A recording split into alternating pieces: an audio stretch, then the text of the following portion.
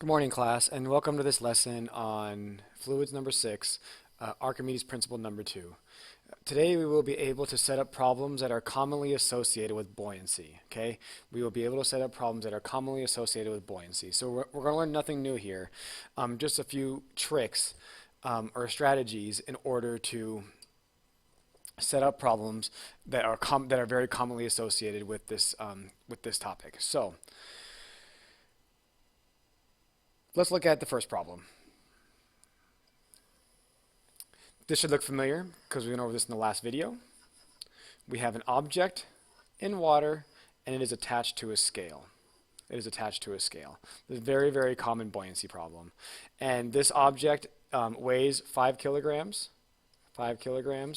and this scale reads 30 newtons. Okay, so this is very familiar. So what does that mean? What is the tension in this rope? Well, if we set up a free body diagram on this 5 kilogram object, we have mg going down and we have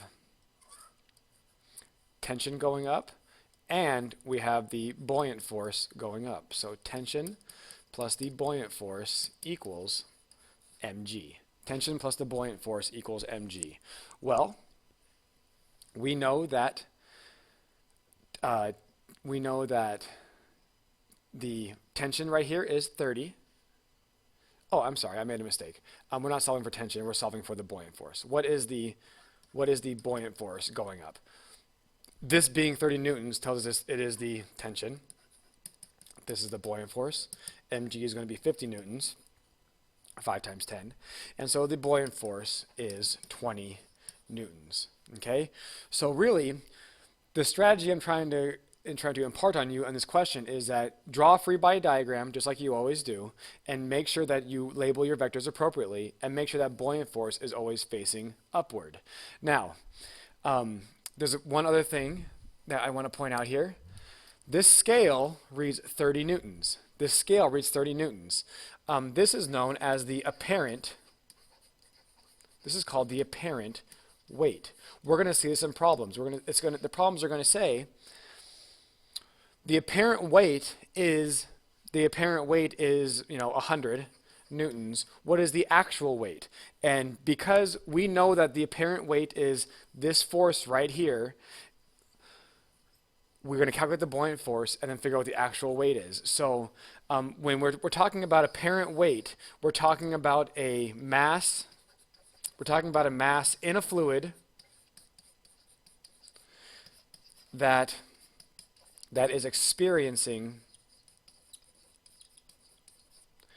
a buoyant force. Okay? We're talking about a mass in a fluid that is experiencing a buoyant force. So the apparent weight of this is 30 newtons. And just like this question right here, the apparent weight is 30 newtons. The thing weighs 5 kilograms. What is the buoyant force? And so we were able to calculate the buoyant force here. So this is just one of the things you have to look out for in problems, because it's like, what do you mean apparent weight? Well, this thing doesn't actually weigh 30 newtons. It weighs 50 newtons. But it's apparently 30 newtons because it's in water or in a fluid.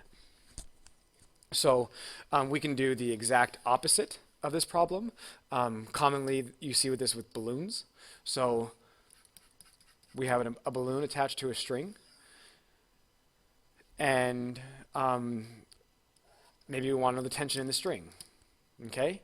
Well, remember, a balloon is in air, and this air around it is a fluid. So it's the same concept. So if we draw a free body diagram for this, we're going to have mg pulling down, and we're going to have tension pulling down because this tension is going in this direction, and then the buoyant force is moving up. So the setup for this would be the buoyant force equals mg plus t. The buoyant force equals mg plus t, and depending on what we're given and what we know, we would end up solving for mgt or f. Okay? So those are two examples of how we set up problems that are very common with buoyancy. Let's look at another one. Another one is going to be with a glacier or a floating object. A glacier or a floating object. So, as many of you know, well, glaciers float. So here's the water. And you may have heard that expression, tip of the iceberg. Well, what that really means, we know that ice floats, but we know that only a little bit floats above water, but most of it floats beneath the water. So the tip of the iceberg is just the very top of it. Well, we can actually calculate how much that is showing. And so this question is very common in the sense that what fraction or what percentage is above the surface? What fraction or percentage is above the surface? So let's take a look at this concept. This thing has gravity pulling it down, and it has a buoyant force pulling it up. It is not accelerating, so acceleration is 0. So the buoyant force is equal to the weight of the iceberg. So the buoyant force is the same thing as the mass of the displaced fluid. I'm going to put dis for displaced fluid times gravity, and this equals the mass of the iceberg times gravity. Okay? Well, with things like this, with fluids, it's very hard to determine what the mass really is. So we know that the density is mass over volume, and mass equals density times volume. And I strongly recommend that when you do problems like this, you're very careful with your labeling, because the mass of the displaced fluid, we're going to make that the density of the displaced fluid, okay, times the volume of the displaced fluid times gravity. And this is going to equal the density of the ice times the volume of the ice times gravity. Now you might be able to tell already that gravity cancels out, so that's already gone. That's nice. And so what we're looking at here is the displaced fluid. This is water. Okay, this is water, and this is ice. So let's look at this problem now and figure out what fraction is above the surface. So when we're talking about the fraction above the surface, okay, we're looking really at a fraction that's from these variables. And so what I'm going to do here is I'm going to divide by the volume of the ice and the density of the displaced water. And so what I end up with is the volume of displaced water over the volume of the ice equals the density of the ice over the density of the displaced water.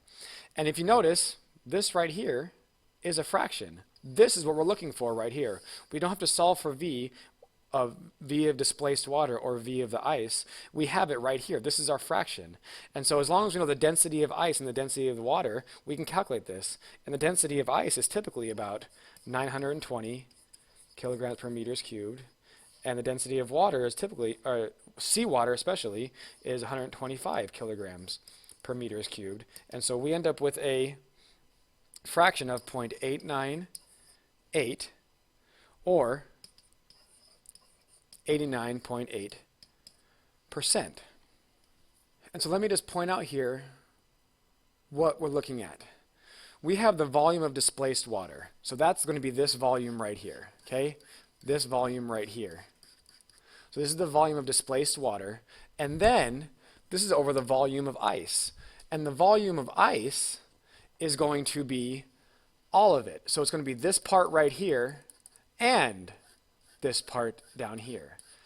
So the volume of displaced water, or the volume of ice, means that 89.8% of it is underwater. Or in other words, the answer to this question is 10.2% is above the surface. 10.2% is above the surface. So you have to kind of look at that. This is the displaced water over the entire thing. So we found the percentage of the bottom part, and so we had to subtract from 100% to get the top part. But the key to this question right here is being able to understand that mass can be broken down into density times volume, and that by making volume a fraction, we already set up for our answer. We don't have to solve for volume and then plug those numbers in. this divided by this is going to be our answer, and then we can just move the variables over to solve. So the last thing I want to point out, because I want to say it explicitly, is, well, we did this already, but I want to be clear with it.